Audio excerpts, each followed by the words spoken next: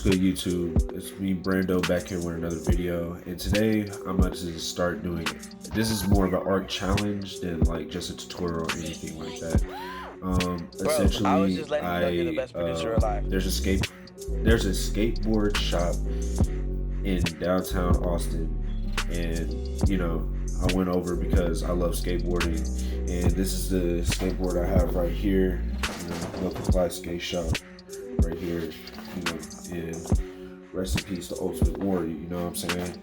So I went to the skate shop and there was like, oh, there's the design competition for local artists to participate in, and one of the designs Bro, I was just letting you know you're we'll the best pick one of the producer alive. winners to be on the skate to put on the skateboard, and then we'll go out, pick winners and stuff like that, and they'll sell the skateboards with our design on it. So yeah, this is the challenge today, so let's get it.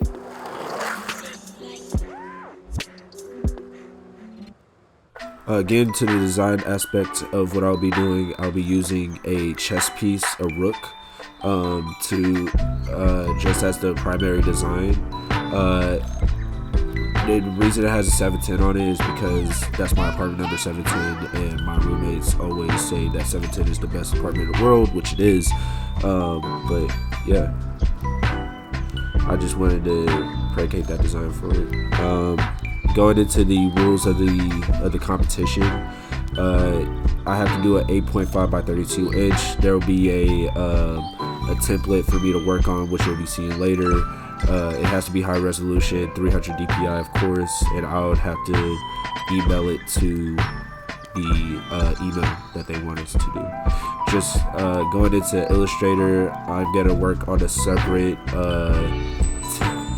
artboard than the template, so I can transfer what I do on this artboard over to the template. All right, now I'm gonna take the sketch into Illustrator. Pen tool it up.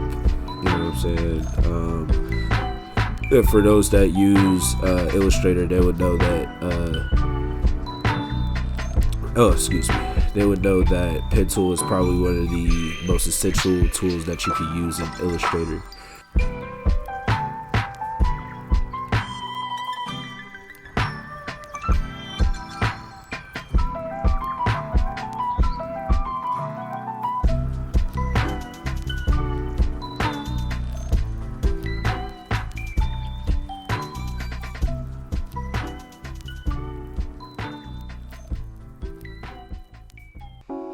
For this part of the design, I wanted to use more shapes than the pen tool because,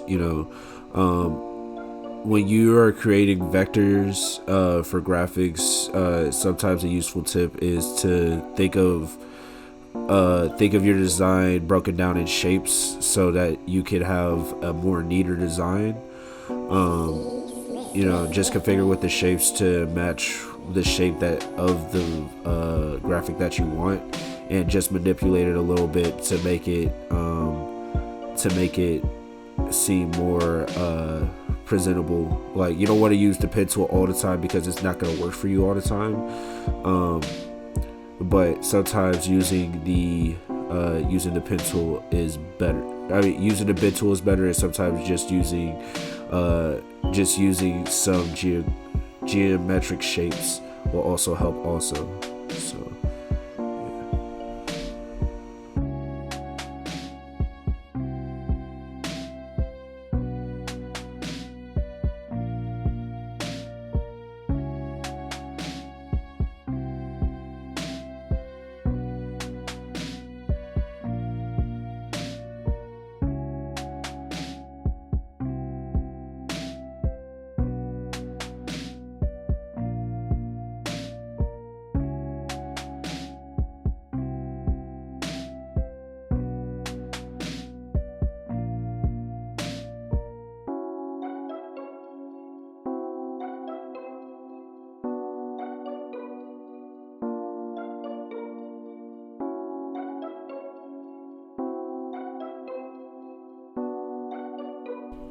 now that we got the premise of our design for the rook, just created an outline for it to make it pop some more. Alright, so now we're gonna do an actual effects. I just wanted to do an actual effect to make it like I was feeling if for it to be more abstract. So I just played around with the effects in the gallery, the effect gallery, and I chose Inner Glow, and I chose that color because I thought it was really cool, and I wanted to base the color board like that. Now you're seeing me get into the background design I want for the board, and I was thinking like a checkered layer style, but I wasn't really feeling it, so I'll go back to the artistic gallery to show the effects. But then even though that's cool, that metal effect was cool, I wasn't really messing with it, so I was like, oh, let's just play with the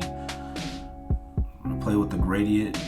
And then I had the right idea to center the gradients and to make it look like a speaker type effect. Now we're into the no comply aspect of it, because we have to have the no comply words on the board. So I'm just playing with fonts, every graphic designer's dream. And I didn't like that font, and I wanted to have like a skateboard abstract look, you know what I'm saying? So just going through it, and eventually I found that one, the monster mesh font right there. That's cool. And then I'm just gonna try to place it on the board. Alright, now you can see that I kind of was playing with the template a little bit with the rook and the background design that I did from earlier, but just focusing on this no comply design, I was just trying to mess with the look of it and stuff like that, have it kind of match the color of the board it is already. You'll see later that I changed the color of it, the color of the fill of the font to match the board. See, now I'm gonna do a radial, like a grid repeater on the board. I just chose to have the no comply just be repeated. Just because I like that type of look. I was trying to go for a thrasher type look, like a skateboarded design. So I changed the color to yellow just for it to make it pop even more. So yeah. And now I don't really mess with how the rooks were laid around like that, so I went to a more simpler layout of how the rooks were gonna be. And in graphic design, it's always said the most simple designs, or be more simple. I'm probably not saying this right, or I'm trying to say some type of quote, but the simpler the better. You know what I'm saying? So now you can see I'm just finishing my last touches on the design, and this is what it looks like. This is the final touch of the design. I really like it. Hopefully I win, or I'm one of the winners, and I can just sell my design to the shop. Thank y'all for watching the video. I'll do another video in the future for me going to design competition, because they'll show all our graphics no matter what, whoever wins. If I win, I'll show, I'll go into the store and see the board on file, but I'll be going to the event anyways. Like and subscribe to the video for more, and thank y'all.